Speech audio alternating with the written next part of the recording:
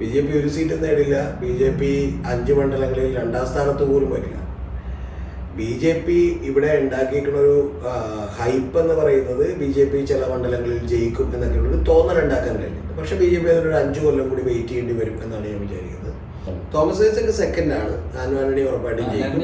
ആന്റോ ആന്റണി രാഹുൽ തരംഗമൊന്നും ഇല്ലാത്തത് കൊണ്ട് അവിടെ ജയിക്കും. പിന്നെ വലിയൊരു തരംഗം കേരളത്തിലുണ്ട് എന്ന് ഞാൻ വിചാരിക്കുന്നു. അത് പിണറായി വിരുദ്ധ തരംഗമാണ്. 32 സ്ത്രീകൾ, അതും സ്വത്തെടുത്ത സഹാക്കളൊക്കെ തന്നെയാണ്. സഹാക്കളുടെ ലൈംഗിക ചിത്രങ്ങൾ, പിന്നെ വീഡിയോകൾ കണ്ട് പാർട്ടി ഓഫീസിൽ ഇരുന്നാണ് അവൻ കണ്ടിട്ട് ആസ്വദിക്കുന്നത്. ഏറ്റവും വലിയ തമാശ ഇത് വീഡിയോ കോൾ ചെയ്യുമ്പോൾ പുറകിൽ മാക്സിന്റെ പടമാണ്. കേരളത്തിൽ ആര് വിജയിക്കും? കേരളത്തിൽ 20 ലോക്സഭാ സീറ്റുകളാണുള്ളത്. ഇതിനെക്കുറിച്ച് ചർച്ച ചെയ്യാനായി നമ്മളോടൊപ്പം ഉള്ളത് രാഷ്ട്രീയ പ്രവചനങ്ങൾ നടത്തിയിട്ടുള്ള രതീഷ് ചക്രപാണി. നമസ്കാരം.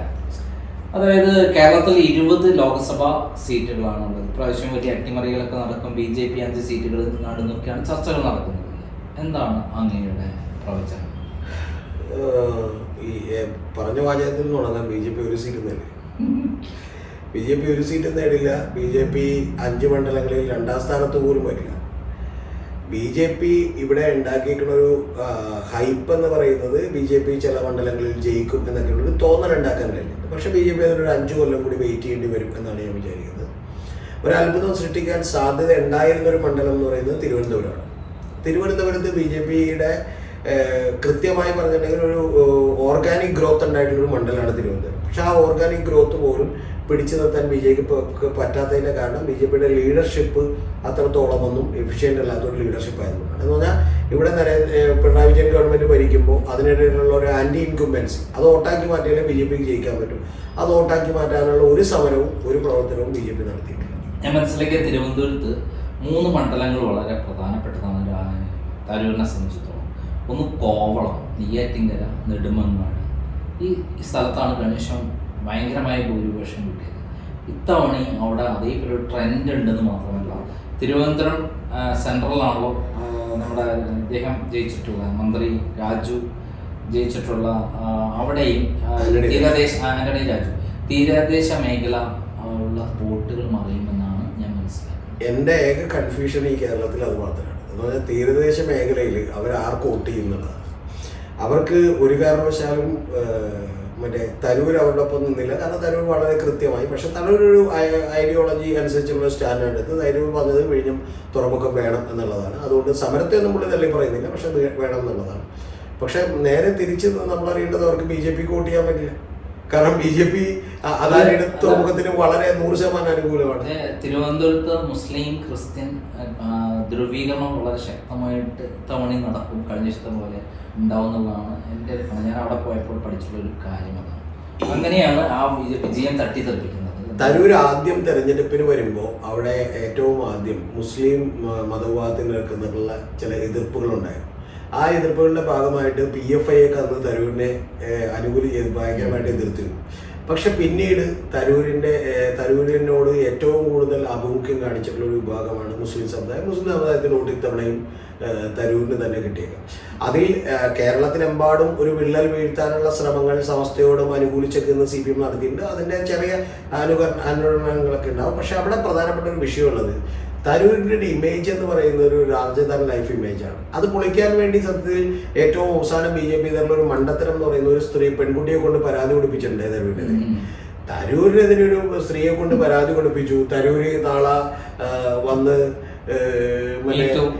മീറ്റു അല്ലെങ്കിൽ അവരെ ആക്രമിച്ചു എന്നൊക്കെ പറഞ്ഞാൽ അതൊന്നും ഇവിടെ വിലപ്പോവില്ല. ഇപ്പം നാളെ VS അച്യുതാനന്ദൻ കൈക്കൂലി മേടിച്ചു എന്ന് പറഞ്ഞിട്ടുണ്ടെങ്കിൽ ശരിക്കും പറഞ്ഞാൽ ഒരു വിശ്വാസത്തെ പറയുന്നവനുണ്ടാവില്ല. അവൻ്റെ വിശ്വാസം തകരുമെന്നല്ല. അതിന് ശരിക്കും പുള്ളി ചെയ്താൽ പോലും ആരും വിശ്വസിക്കില്ല. അപ്പം ഞാൻ പറഞ്ഞത് അത്തരത്തിലുള്ളൊരു ഇമേജ് എന്ത് ചെയ്യുന്നുണ്ട് തരൂരിൻ്റെ. നന്ദകുമാർ കൃത്യമായിട്ട് അറിയാം. ഈവൻ സുനന്ദ പുഷ്കർ മരിച്ച കേസിൽ പോലും തരൂരിനെ അതൊട്ടും ബാധിച്ചില്ല. തരൂർ വളരെ ഈസിയായിട്ട് ജയിക്കാൻ ശ്രദ്ധിച്ചിരുന്ന അദ്ദേഹം അതിൽ വീഴുമായിരുന്നു. പക്ഷെ അദ്ദേഹം വളരെ കൂളായിട്ട് എഴുന്നേറ്റ് പോകുന്നു. ഇനി അടുത്തൊരു തമാശ നന്ദകുമാറിനോട് പറഞ്ഞത് സത്യമാണ്. ഏറ്റവും കൂടുതൽ വോട്ട് ചെയ്യുന്ന പുള്ളിക്ക് സ്ത്രീകളാണ്. സ്ത്രീ വോട്ടർമാരുടെ വോട്ടിലാണ്. അതെന്താ വെച്ചാൽ തരൂർ വളരെ സുന്ദരനായ സുമുഖനായ ഒരുപാട് പ്രണയങ്ങളുള്ള ഒരുപാട് കാമുകിമാരുള്ള ഒരാളാണ് എന്നൊക്കെ പറയുന്നത് നമ്മൾ വിചാരിക്കുന്നത് ചിലർക്കത് വലിയ കുഴപ്പമാണ്, ചിലർക്കത് നേട്ടമാണ്. ഇത്തവണ തിരുവനന്തപുരം തരൂർ കൊണ്ടുപോകും. പക്ഷേ ഏകദേശം എത്ര വോട്ടിന് വിജയിക്കാൻ സാധ്യതയുണ്ടെന്ന് നിങ്ങളുടെ കണക്കൂട്ടൽ കഴിഞ്ഞ വർഷം പോലെ ഉണ്ടാവാൻ സാധ്യതയുണ്ടോ? അതൊരു വലിയ ചോദ്യമാണ്. പക്ഷെ കഴിഞ്ഞ തവണത്തെ അത്രയും മജോറിറ്റി ഒന്നും തരൂരിന് കിട്ടാൻ സാധ്യത. കഴിഞ്ഞ തവണ ഏതാണ്ട് 1,00,000 തൊട്ട് താഴെയുള്ള മജോറിറ്റി കിട്ടി. പിന്നെ നമ്മൾ ആറ്റിങ്ങലിലേക്കാണ്. ആറ്റിങ്ങലിൽ ഇപ്രാവശ്യം മുരളീധരൻ അവിടെ കടന്നുകൂടിയ പിന്നെ കഴിഞ്ഞ ശോഭാ സുരേന്ദ്രൻ ശക്തമായ രൂപത്തിൽ കയറി വന്നൊരു സ്ഥലമായിരുന്നു. കഴിഞ്ഞ വർഷത്തല്ല അടൂർ പ്രകാശും പ്ലസ് അവിടെ നല്ലൊരു സ്ഥാനാർത്ഥി CPM വന്നിട്ടുണ്ട്, ജോയ്. നല്ല ശക്തനായ അവിടെ നിന്ന് ഭയങ്കര കുറച്ച് അത്യാവശ്യം ജനങ്ങളുടെ നല്ല സ്വാധീനമുള്ള തിരുവനന്തപുരം ജില്ലാ സെക്രട്ടറി. അവിടെ ആര് വിജയിക്കും? അവിടെ അടൂർ പ്രകാശ് വിജയിക്കും. അടൂർ പ്രകാശ് വിജയിക്കാനുള്ള ഒരു കാരണം, ഇപ്പൊ കഴിഞ്ഞ തവണ ശോഭാ സുരേന്ദ്രനൊക്കെ അവിടെ വോട്ട് പിടിച്ചെങ്കിലും ആറ്റിങ്ങലിലും തിരുവനന്തപുരത്തും ഒക്കെ തന്നെ കഴിഞ്ഞ തവണ ശബരിമല ഒരു വലിയ വികാരമായി. ആ വികാരം ഇത്തവണ ഇല്ല.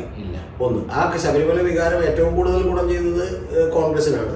രാഹുൽ ഗാന്ധി തരംഗമൊന്നും അവിടെ ഉണ്ടാവില്ല. പക്ഷെ അടൂർ പ്രകാശ് എന്ന് പറയുന്ന ഒരു മികച്ച പ്ലെയറാണ്. അതായത് എല്ലാ ജാതി മത സംഘടനകളെയും ഇങ്ങനെ കൂടെ നിർത്തണമെന്ന് കൃത്യമായിട്ട് അറിയാവുന്ന ഒരാളാണ്.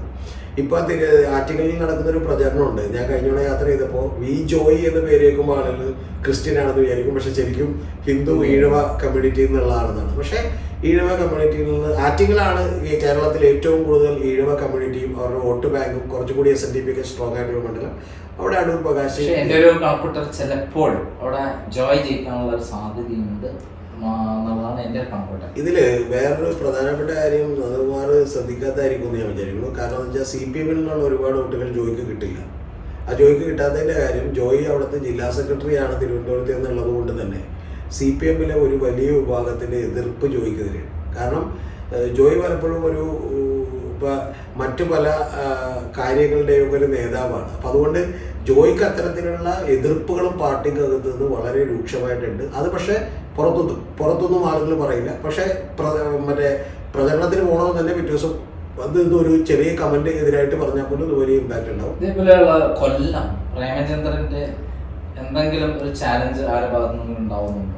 കൊല്ലത്ത് ശരിക്കും CPM കൂടി പ്രേമേന്ദ്രൻ ജയിക്കണമെന്ന് ആഗ്രഹിക്കുന്നുണ്ട് എന്നാണ് ഞാൻ വിചാരിക്കുന്നത്. കാരണം അതുകൊണ്ടാണ് മുകേഷ് സ്ഥാനത്ത്. അല്ലാതെ തലക്ക് വെളിവുള്ള ആരെങ്കിലും മുകേഷ് ഗൗരവമായിട്ടൊരു ഏറ്റുമുട്ടൽ വരുന്നില്ല എന്നുള്ള തോന്നൽ. ഞാനിപ്പോ പേര് പറയാൻ എനിക്ക് നിർവാഹമില്ല. കഴിഞ്ഞ തവണ മന്ത്രിയായിരുന്ന ഒരു പുള്ളി എന്നോട് ചോദിച്ചത്, അതായത് CPM പിണറായി മന്ത്രിസഭയിൽ മന്ത്രിയായിരുന്ന ഒരു പുള്ളി എന്നോട് ചോദിച്ചത് ഈ പോളിനെയൊക്കെ നടന്ന് പാർട്ടി തകർക്കുമെന്നാണ് പറഞ്ഞത്. അപ്പൊ അത്രയും. പക്ഷെ എന്ന് പറഞ്ഞാൽ മുകേഷ് ഒന്നൊരു പൊളിറ്റിക്കൽ കാൻഡിഡേറ്റ് അല്ല. നിങ്ങളത് ആലോചിച്ച് നോക്കും. പ്രേമേന്ദ്രൻ എന്ന് പറയുന്നത് ഇന്ത്യ മുഴുവൻ അറിയപ്പെടുന്ന ആകെ RSP എന്ന് പറയുന്ന ഒരു ചെറിയ പാർട്ടിയാണ്. നരേന്ദ്രമോദി പോലും അംഗീകരിക്കുന്ന, അത് നരേന്ദ്രമോദിക്ക് പോലും വലിയ ബഹുമാനം തോന്നുന്ന ഒരാളുടെ ഒരു ഫിഗറിന്റെ അടുത്തോട്ട് ഒരു പൊളിറ്റിക്കൽ കാൻഡിഡേറ്റിനെ വിടും. നിങ്ങൾ MA ബേബിയെ വിടും, നിങ്ങൾ തോമസ് ഐസക്കിനെ വിടും, നിങ്ങൾ അല്ലെങ്കിൽ G സുധാകരനെ വിടും, നിങ്ങൾ വേണ്ട P രാജീവിനെ വിടും, ആരെങ്കിലും വിടും.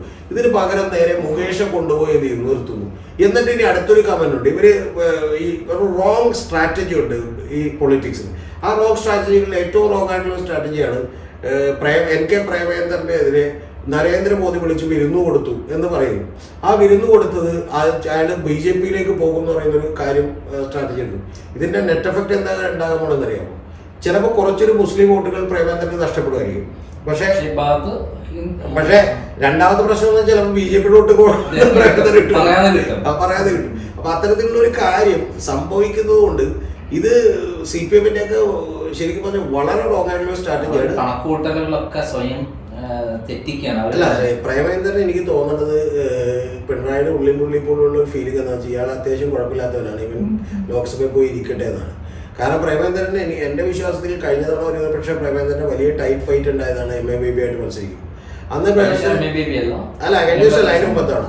അപ്പൊ അന്ന് മത്സരിക്കുമ്പോ പ്രേമേന്ദ്രൻ എങ്ങാനും തോറ്റുപോയേക്കും തോന്നിയപ്പോഴാണ് പിണറായി വിജയൻ അവിടെ ചെന്ന് പരനാറി പ്രയോഗം. ഞങ്ങളൊരു കളി കളിച്ചിരുന്നു അവിടെ, ക്രൈമിന്റെ കോപ്പി ഇറക്കിയിട്ട് അയാള് അവിടെ ഇഷ്യൂ ഉണ്ടാക്കിയത്. അയാളുടെ തിരുവനന്തപുരത്തെ ഇതില്ലേ കബീർ കേസിലെ അനഘയെ ബലാത്സംഗം ചെയ്തു എന്ന് പറയുന്ന ഞാനുമായിട്ടുള്ള കേസിലെ ഡോക്യുമെന്റ്സ് ഒക്കെ അവിടെ പ്രസിദ്ധീകരിക്കും. 10-40 ക്രൈം വീടുകൾ എത്തിച്ച് CPM കാരനെ ഹെൽപ്പ് ചെയ്തു. അവിടെ തോൽക്കണമെന്ന് CPM ഒരു ഗ്രൂപ്പ് തീരുമാനിച്ചിരുന്നു. അവരെ സഹായത്തോടെ ഞങ്ങളത് മാർക്കറ്റ് ചെയ്തിരുന്നു. അത് ഗുണം ചെയ്തിരുന്നു. അത് പ്രേമേന്ദ്രനോട് പറഞ്ഞു. പിന്നെ നമുക്ക് പറയാം പത്തനംതിട്ടയിലെ സ്ഥിതി എന്തായിരിക്കും? അവിടെ ആന്റോണി മഹാഭാഗ്യവാനുണ്ട്. കാരണം പത്തനംതിട്ടയില് കോൺഗ്രസിന്റെ കുറെ വോട്ടെങ്കിലും BJP പിടിച്ചേനെ. അല്ലെങ്കിൽ വലിയ ത്രെട്ടായി മാറിയാൽ PC ജോർജിനെ അവിടെ മത്സരിപ്പിച്ചിരുന്നു. PC ജോർജ്, ഞാൻ അദ്ദേഹത്തെ ഇൻ്റർവ്യൂ ചെയ്തിരുന്നു. അപ്പോൾ PC ജോർജ് ഞാനായിട്ട് അതിനുശേഷം 1 മണിക്കൂർ സംസാരിക്കും. PC ജോർജ് ഓൾമോസ്റ്റ് ഉറപ്പിച്ചിരുന്നു അവിടെ എന്ത് ചെയ്യും സ്ഥാനം ഉണ്ടായിരുന്നു. എനിക്കറിയാം, നന്ദകുമാറിന് ശേഷം ഇന്റർവ്യൂ എടുത്തിയത് അപ്പൊ അതിന് 1 മാസം മുമ്പ്, അതായത് ഏതാണ്ട് 2-3 മാസം മുമ്പ് തന്നെ എന്നോട് എങ്ങനെ ഞാൻ മത്സരിക്കുമെന്ന് ചോദിച്ചപ്പോഴത്തേക്ക് അറിയില്ല, ചിലപ്പോൾ മത്സരിച്ചേക്കും എന്നുള്ളത് കൺഫേം ചെയ്തില്ല നമ്മളോട്. പക്ഷെ അങ്ങനെ പറഞ്ഞിരുന്നു. അങ്ങനെ ഉണ്ടായിരുന്നെങ്കിൽ അത് കുഴപ്പമില്ലാത്തൊരു സ്ഥാനാർത്ഥിയായനെ, വലിയ സ്വന്തമായി വോട്ടും ഉണ്ടായിരുന്നെ. ശരിക്കും ക്രിസ്ത്യൻ വോട്ടുകൾക്ക് മറിക്കാൻ കഴിയുമായിരുന്നു. ഏറ്റവും കുറഞ്ഞ പക്ഷെ ആന്റോ ആന്റണി അവിടെ പരാജയപ്പെട്ടാണ്. പക്ഷെ ആന്റോ ആന്റണി ലക്കിയാണ്, കാരണം AK ആന്റണിയുടെ മകനെ കൊണ്ടുവന്നിട്ടു. അപ്പൊ തന്നെ മാത്രമല്ല ദല്ലാൾ നന്ദകുമാർ കൊണ്ടുവന്ന ബോംബോടുകൂടി ശരി തകർന്നു എന്നാണ് ഞാൻ മനസ്സിലാക്കുന്നത്. അല്ല, ദല്ലാൽ നന്ദകുമാർ കൊണ്ടുവന്ന ബോംബിൽ 2 പാർട്ടികൾ തകർന്നു എന്നാണ് വിചാരിക്കുന്നത്. ഒന്ന് അല്ലാന്റണി തകർന്നു, രണ്ടാമത് മാധ്യമങ്ങൾ തകർന്നു. കാരണം മാധ്യമങ്ങൾ അല്ലാന്റണി ചോദ്യം ചെയ്യുമ്പോൾ ഇതേവരെ ചോദിച്ചിട്ടില്ല, നിങ്ങൾ 25 ലക്ഷം രൂപ അയാളുടെ നിന്ന് മേടിച്ചോ, ഒരു ചോദ്യം. രണ്ടാമത് തിരിച്ചു കൊടുത്തു. ഇത് രണ്ടും ഇതേവരെ ചോദിച്ചിട്ടില്ല. ഈ കാര്യം ഒരു കൊല്ലം മുമ്പ് ഞാൻ പബ്ലിഷ് ചെയ്ത സാധനമാണ്. ഈ പറയുന്ന സംഭവം ഒരു കൊല്ലം മുമ്പ് ഈ 2 സാധനം ഞാൻ ഈ ആയുധടപാടുമായി ബന്ധപ്പെട്ട കാര്യത്തിൽ അയാൾ കടത്തി കൊടുത്ത രേഖകളെ കുറിച്ച് 25 ലക്ഷം രൂപ വാങ്ങി ഈ പ്രോസിക്യൂട്ടർ നിയമനം നടത്തില്ല ഞാൻ ഒരു കൊല്ലം മുമ്പ് പബ്ലിഷ് ചെയ്തതാണ്. എനിക്കൊരു നോട്ടീസ് അയാൾ അയച്ചിട്ടില്ല. അതുവരെ എനിക്ക് തോന്നുന്ന ഈ ഫേസ്ബുക്കിൽ തന്നെ ഒരു 7 ലക്ഷം 8 ലക്ഷം ആൾക്കാർ കണ്ടു. യൂട്യൂബിൽ ഏകദേശം 1 ലക്ഷത്തോളം ആൾക്കാർ കണ്ട സാധനമാണ്. അപ്പം അവിടെ നമ്മൾ വേറെ ഒന്നിലേക്ക് പോകണ്ട. ആന്റോ ആന്റണി വിജയിക്കും. തോമസ് ഐസക് ഒരു തീരെ താഴേക്ക് പോയി എന്നുള്ളതാണ് ഞാൻ പുതിയ അവിടെ വന്നപ്പോൾ എനിക്ക് തോന്നിയിട്ടുള്ളത്. തോമസ് ഐസക് സെക്കൻഡ് ആണ്, ആന്റോ ആന്റണി ഉറപ്പായിട്ടും ജയിക്കും. ആന്റോ ആന്റണി രാഹുൽ തരംഗമൊന്നും ഇല്ലാത്തത് കൊണ്ട് അവിടെ ജയിക്കും. പിന്നെ വലിയൊരു തരംഗം കേരളത്തിൽ ഉണ്ട് എന്ന് ഞാൻ വിചാരിക്കുന്നു. അത് പിണറായി വിരുദ്ധ തരംഗമാണ്. അത് മൊബിലൈസ് ചെയ്യാൻ ലാസ്റ്റ് പറയാൻ ഉദ്ദേശിച്ചാണ്. കംപ്ലീറ്റ് കേരളത്തിൽ എനിക്ക് യാത്ര ചെയ്തപ്പോൾ കിട്ടിയിട്ടുണ്ട് CPM അണികൾ പോലും ഏറ്റവും അധികം പറയുന്നത് പിണറായി വിജയൻ മാറണം എന്താ ഒരു ഭയങ്കരമായിട്ട് തെറി പറയുന്നത് പിണറായി വിജയൻ ഒരു മുഖ്യമന്ത്രി ഇല്ലാതെ തെറി സാധാരണക്കാർ വിളിച്ചു പറയുന്ന മുമ്പൊക്കെ ഞാനൊക്കെ പറഞ്ഞിരുന്നത് പച്ചയ്ക്ക് പറയുന്നത് സാധാരണക്കാരാണെന്ന് പറയുന്നത്. അത് കറക്റ്റാണ്. കാരണം അങ്ങനെ പറഞ്ഞ് നമ്മളിപ്പോൾ ചില സ്ഥലങ്ങളിൽ ഇപ്പോൾ ഞാൻ ഈ പുള്ളിയായി തെരഞ്ഞെടുപ്പുമായി ബന്ധപ്പെട്ട് ചില പ്രസംഗത്തിനൊക്കെ പോയി. അപ്പോൾ ഞാനങ്ങനെ 2 വേദികളിൽ പ്രസംഗിക്കുമ്പോൾ നമുക്കറിയാം അവിടെ നിൽക്കുന്നവർ മൊത്തം CPM-കാരാണ്. പക്ഷെ അവർക്ക് വലിയ സ്നേഹമാണ്. പ്രസംഗിച്ച് കഴിഞ്ഞിട്ട് ഇറങ്ങി വരുമ്പോൾ ചായ കുടിക്കുന്നു, അല്ലെങ്കിൽ ഒരു ജ്യൂസ് കുടിച്ചിട്ട് പോകാം എന്നൊക്കെയാണ് കടക്കാരെത്തി എന്ന് പറയും. വലിയൊരു ഇമ്പാക്ട്. അതായത് ഞാൻ 2005 ലാവ്ലി കേസ് എടുത്തിട്ട് ഫൈറ്റ് ചെയ്ത സമയത്ത് ഒറ്റയ്ക്ക് ഫൈറ്റ് ചെയ്തിട്ട് പിണറായി വിജയനെ ഫൈറ്റ് ചെയ്ത് പോകുന്ന ഒരാളാണ്. പക്ഷെ ആ കാലഘട്ടം എന്നൊക്കെ എന്തോരം മാറ്റമാണിത്. ഒരു മുഖ്യമന്ത്രിക്ക് ഇന്ന് വരെ ഇല്ലാത്ത രൂപത്തിലുള്ള വെറുക്കപ്പെടുന്ന ഒരാളെന്ന് പറയുന്ന സമീപനത്തിലേക്കാണ് പോയിട്ടുള്ളത്. അത് പിന്നെ ചർച്ച ചെയ്യാം. ഇപ്പം നമ്മൾ പത്തനംതിട്ട കഴിഞ്ഞാൽ പിന്നീട് വരുന്നത് മാവേലിക്കരയാണ്. മാവേലിക്കര എന്ത് മാറ്റങ്ങൾ ഉണ്ടാവാൻ എവിടെയെങ്കിലും സാധ്യതയുണ്ട്? മാവേലിക്കരയിൽ ഒരു UDF ജയിക്കും, പക്ഷെ അത് കഷ്ടിച്ച് കടന്നുകൂടലായിരിക്കും എന്നാണ് ഞാൻ വിചാരിക്കുന്നത്. കാരണം മാവേലിക്കരയിൽ മത്സരിക്കുന്നത് കൊടിക്കുന്നിൽ സുരേഷാണ്. ആന്റോ ആന്റണി കഴിഞ്ഞിട്ടുണ്ടെങ്കിൽ കേരളത്തിൽ ഏറ്റവും കൂടുതൽ ഒരു ആളുകൾ തോൽപ്പിക്കണമെന്ന് വിചാരിക്കുന്ന, അല്ലെങ്കിൽ കോൺഗ്രസ്സുകാർ പോലും വിചാരിക്കുന്ന ഒരാൾ. ഞാൻ അവിടെ പോയപ്പോൾ കോൺഗ്രസ്സുകാർ എനിക്ക് ബൈറ്റ് ഉണ്ടെന്ന് ഒരു ഇന്നലെ നിങ്ങളൊന്ന് ഇന്ന് കൊടുക്കുന്നുണ്ട്. കോൺഗ്രസ് തീർത്ത് പറയാൻ ആൾ തോൽപ്പിക്കണം. ഒന്ന് ആലോചിച്ച് നോക്കണം എന്ന് പറയാം. 10ാമത്തെ തവണ ഒരാൾ മത്സരിക്കുകയാണ്. നമ്മുടെ ജീവിതത്തിലൊന്ന് ആലോചിച്ച് നോക്കാം. അവിടെ വേറെ എന്തോരം കോൺഗ്രസ് കുട്ടനാട് പറയുകയാണ് തോൽപ്പിച്ചേ ഞങ്ങൾ വോട്ട് ചെയ്യില്ല. ആർക്കും വോട്ട് ചെയ്തില്ല. അയാൾ തോൽക്കണം അതുകൊണ്ട് ഞങ്ങൾ വോട്ട് ചെയ്യില്ല. അപ്പോൾ അവിടെ അദ്ദേഹം തന്നെ ജയിക്കാനാണ് സാധ്യത എന്നുള്ളതാണ്. അവിടെ ഈ ഭരണവിരുദ്ധ വികാരം വലിയ സ്ട്രോങ് ആയിട്ട് ഉണ്ടായിരുന്നില്ലെങ്കിൽ അരുൺകുമാർ ഭരണവിരുദ്ധ വികാരമാണ് വലിയ തോതിലുള്ളത് കൊണ്ടിട്ടാണ്. അതും കുറച്ച് കുറവായിരിക്കും അരുൺകുമാറിനോട്, കാരണം CPI-കാരനല്ല എന്ന് വിചാരിച്ചിട്ട്. പക്ഷെ അതുള്ളത് കൊണ്ട് മാത്രമാണ്, അതുള്ളത് കൊണ്ടാണ് ഇത്തവണ കൊടിക്കുന്നിൽ രക്ഷപ്പെടാൻ പോകുന്നത്. അല്ലെങ്കിൽ കൊടിക്കുന്നിലും അവിടെ പരാജയപ്പെടും. പിന്നെയുള്ള ആലപ്പുഴയാണ്. ആലപ്പുഴയിൽ എന്ന് മാത്രം മാറ്റങ്ങളുണ്ട്. ആരിഫ് ഗണേശൻ 10,000-ഓളം വോട്ട്, ചേർത്തലയിൽ നിന്നാണ് അദ്ദേഹത്തിന് കോൺഗ്രസ്സുകാരെ വോട്ട് കൊണ്ട് ജയിച്ചു പോകുന്നത്.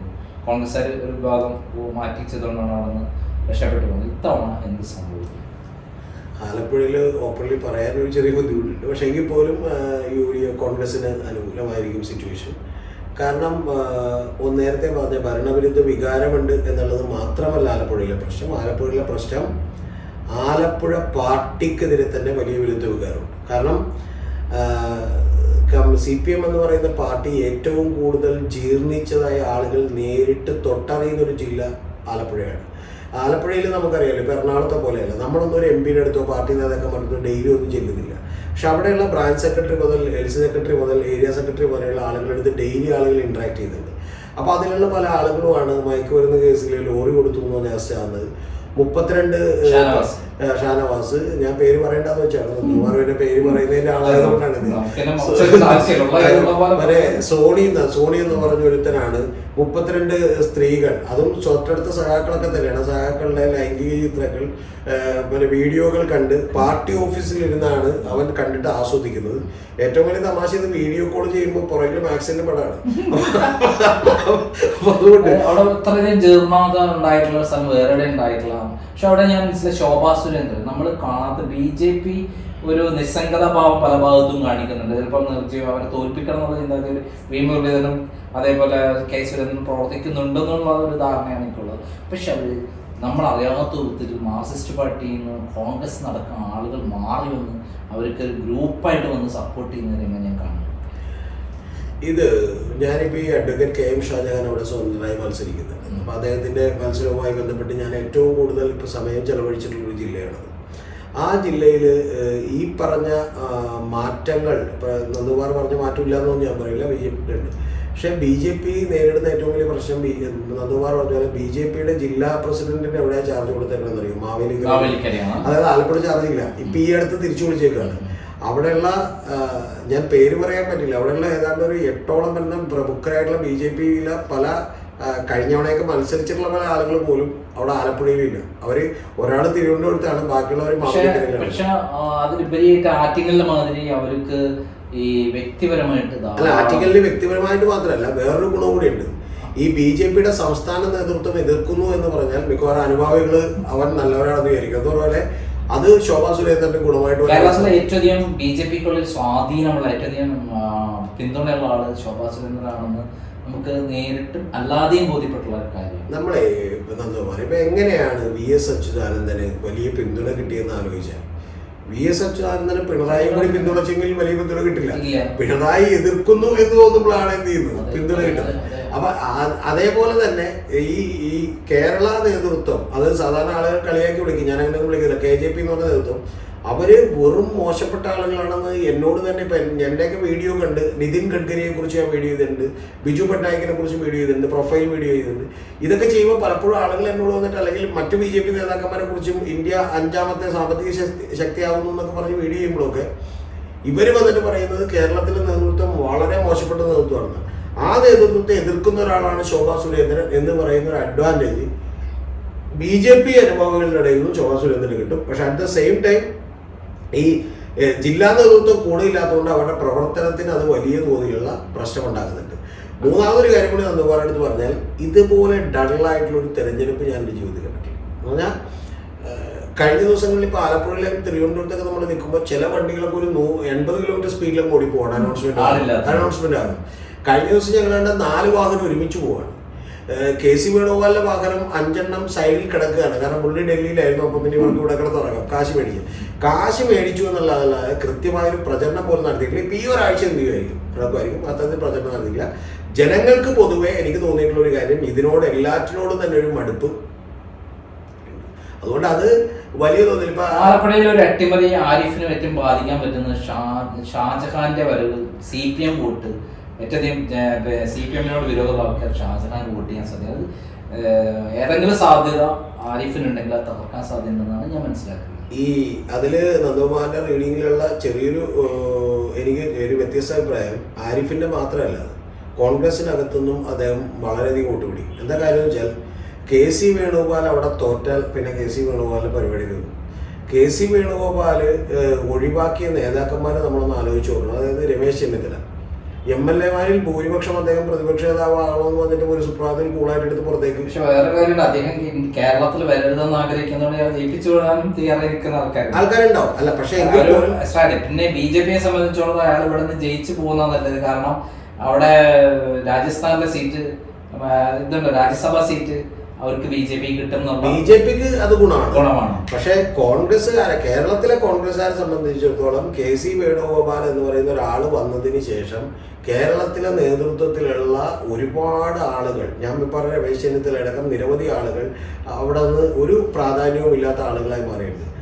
രമേശ് ചെന്നിത്തലയുടെ ഒക്കെ മണ്ഡലമാണ് ഹരിപ്പാട്. ഞാൻ പറഞ്ഞത് അവിടെ ഇദ്ദേഹം നാളെ മുഖ്യമന്ത്രി സ്ഥാനം ചാലഞ്ച് ചെയ്യാൻ കഴിവുള്ള ആളാണ്, താല്പര്യമുള്ള ആളായതുകൊണ്ട് അദ്ദേഹത്തെ ഇവിടെ നിലനിർത്താതിരിക്കാനും ഒരു അല്ല, അങ്ങനെയല്ല. അത് എന്റെ നോട്ടത്തിൽ അദ്ദേഹം ഇവിടെ തോറ്റാൽ പിന്നെ ആ സാധ്യതകളെല്ലാം നഷ്ടപ്പെടും, വലിയ സാധ്യതകളെല്ലാം നഷ്ടപ്പെടും. അതേസമയം അദ്ദേഹം ഇവിടെ നിന്ന് ജയിച്ചാൽ ഈ സാധ്യത അപ്പോഴും നിലനിൽക്കും. എന്താ കാര്യം, 2026 പകുതി എത്തുമ്പോഴേക്കും, ഇപ്പൊ 2026 വരെയുള്ള രാജ്യസഭാ സീറ്റ് ഒഴിവാക്കി പുള്ളിക്ക് ഇവിടെ നിന്ന് മത്സരിക്കാമെങ്കിൽ ഇനി 2026 പകുതി എത്തുമ്പോഴേക്കും എനിക്ക് ഇവിടെ വേറെ ആരുമില്ല, ഞാൻ മാത്രം ചെന്നാലേ ഇവിടെ രക്ഷപ്പെടുള്ളൂ, അല്ലെങ്കിൽ പിണറായിക്കെതിരെ ഒരാളില്ല എന്ന് രാഹുൽ ഗാന്ധിയെ വൈകുന്നേരവും പറഞ്ഞ് ബോധ്യപ്പെടുത്തിയാൽ പിറ്റേ ദിവസം രാവിലെ വണ്ടി കയറി ഇവിടെ വരാം. മറ്റത് ഇവിടെ നിന്ന് പുള്ളി തോറ്റാൽ പുള്ളിയുടെ പ്രതീക്ഷകളും ആശകളും ഒക്കെ തീരുകയും ചെയ്യും. ഇനി പുള്ളി ഇവിടെ നിന്ന് ജയിച്ചാൽ ഉണ്ടാകാവുന്ന വലിയൊരു കാര്യമുണ്ട്, മറ്റ് നിരവധി നേതാക്കന്മാർ, ഞാൻ പേരൊന്നും പറയുന്നില്ല, അവരുടെ രാഷ്ട്രീയ ജീവിതം മിക്കവാറും അതോടുകൂടി അവസാനിക്കും. പിന്നീട് നമുക്ക് വരാവുന്ന എറണാകുളമാണ്. എറണാകുളം എന്തെങ്കിലും ഒരു മാറ്റം ഉണ്ടാവാൻ ഏതെങ്കിലും തരത്തിലുണ്ടാവാൻ സാധ്യതയില്ല. എറണാകുളത്ത് ഒരു മാറ്റം ഉണ്ടാവില്ല. എറണാകുളത്ത് സത്യത്തിൽ പറയുമ്പോൾ വ്യക്തിപരമായൊന്നും അവരൊക്കെ നമ്മൾ എതിരല്ല. പക്ഷെ ഷൈൻ ടീച്ചർ എന്ന് പറഞ്ഞൊരു സ്ഥാനാർത്ഥിയെ പ്രഖ്യാപിച്ചപ്പോൾ തന്നെ ശരിക്കും ഹൈബി ഈഡൻ ജയിച്ചു കഴിഞ്ഞു. പിന്നെ എത്ര വോട്ടിന് എന്നുള്ളത് മാത്രമേ ഉള്ളൂ. ആകെ ഹൈബി ഈഡൻ ഒരു ചെറിയ തോതിലെങ്കിലും കഴിഞ്ഞ തവണ എറണാകുളം ജില്ലയിൽ 8 സ്ഥലത്ത് സ്ഥാനാർത്ഥികൾ എടുത്തിട്ട് 14.5% വോട്ട് പിടിച്ചതാണ് 2020.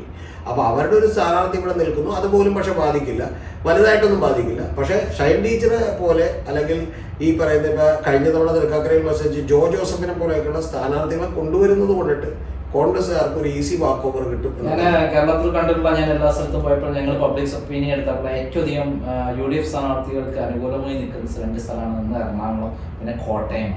കോട്ടയത്ത് പൂർണ്ണമായി ഞങ്ങൾ എടുക്കുന്ന എല്ലായിടത്തും എവിടെ പോയാലും ഫ്രാൻസിസ് ജോർജ് എന്നുള്ളത് UDF ആയതുകൊണ്ട് അവിടെ ഒരു തരംഗം മാതിരിയാണുള്ളത്. കാരണം ഫ്രാൻസിസ് ജോർജിന്റെ തരംഗമല്ല, ശരിക്കും UDF തരംഗമാണ്. അവിടെ ചാഴിക്കാടൻ കാലുമാറി മറുഭാഗത്ത് പോയതാണ് അവർക്ക് ഏറ്റവും വലിയ വികാരം എല്ലാ മേഖലയിലും. ഒന്ന് ചാഴിക്കാടൻ കാലുമാറി മറുഭാഗത്തേക്ക് പോയത്, രണ്ടാമത്തത് ചാഴിക്കാടിനൊക്കെ എൻ്റെ ഒരു തോന്നൽ ഇപ്പൊ ചാഴിക്കാടൻ നാളെ രാവിലെ വൈകിട്ട് ജംഗ്ഷൻ വന്ന് നിന്ന് MP ആണെന്ന് ആരും തിരിച്ചറിയാൻ പോകും.